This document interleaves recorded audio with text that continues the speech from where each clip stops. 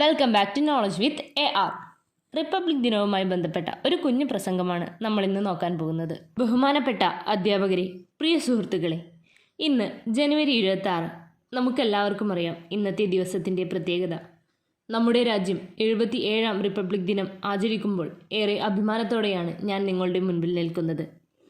1947 August 15 ഇന്ത്യക്ക് സ്വാതന്ത്ര്യം ലഭിച്ചെങ്കിലും Indian ഭരണഘടന നിലവിൽ വന്നത് 1950 ജനുവരി 26 ഈ ദിനത്തിൻ്റെ ഓർമ്മ പുതുക്കിക്കൊണ്ടാണ് ഓരോ റിപ്പബ്ലിക് ദിനവും നമ്മൾ ആചരിക്കുന്നത്. വർഷങ്ങളോളം നീണ്ടുനിന്ന ബ്രിട്ടീഷ് ഭരണത്തിൽ നിന്നും നമ്മുടെ രാജ്യം സ്വാതന്ത്ര്യം നേടിയെങ്കിലും ഭരണഘടന നിലവിൽ വന്നതോടെയാണ് സ്വാതന്ത്ര്യം അർത്ഥവത്തായത്. റിപ്പബ്ലിക് ദിനം നമ്മുടെ ഭരണഘടന നിലവിൽ വന്ന ദിവസം മാത്രമല്ല, നമ്മുടെ ധീര സ്വാതന്ത്ര്യ സമര സേനാനികളുടെ ത്യാഗത്തിൻ്റെയും പോരാട്ടത്തിൻ്റെയും ഓർമ്മപ്പെടുത്തൽ കൂടിയാണ്. ഡോക്ടർ BR അംബേദ്കറുടെ നേതൃത്വത്തിൽ നീതി, സമത്വം, സാഹോദര്യം, സ്വാതന്ത്ര്യം എന്നീ മൂല്യങ്ങൾ അടിസ്ഥാനമാക്കി തയ്യാറാക്കിയ ഭരണഘടന ഇന്ത്യയിലെ ഓരോ പൗരനും ഈ രാജ്യത്ത് അന്തസ്സോടെ ജീവിക്കാനുള്ള അടിത്തറ പാകി. ഈ സുദിനത്തിൽ നമ്മുടെ ധീരദാർശനികരുടെ മുന്നിൽ നമുക്ക് ആദരവർപ്പിക്കാം. ഓരോ സ്വാതന്ത്ര്യ ദിനവും റിപ്പബ്ലിക് ദിനവും ഒരു ഓർമ്മപ്പെടുത്തൽ കൂടിയാണ്.